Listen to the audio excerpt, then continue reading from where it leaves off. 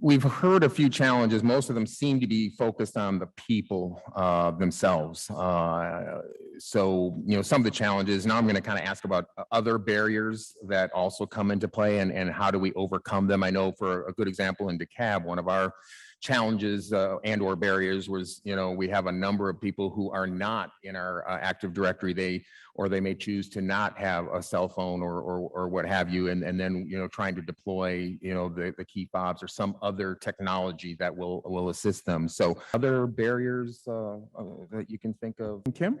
Actually, you just reminded me of a great one, which is we speak geek. So going, and John, I bet you might have this in your role too, but going to explain this to folks. Again, happy to see that the Uber driver now knows what ransomware is, but still explaining why is this important? What's the impact?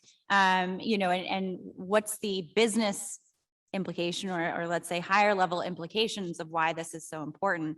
A lot of breaches from vendor perspective, what we look at is, oh, it was ransomware and there was passwords, hacked and breached and everything. On the other side, it's reputational damage, it's revenue impact, it's lack of trust from the people using your systems. And so those are very realistic implications of these things, and trying to translate that to someone that is not technology savvy is very challenging.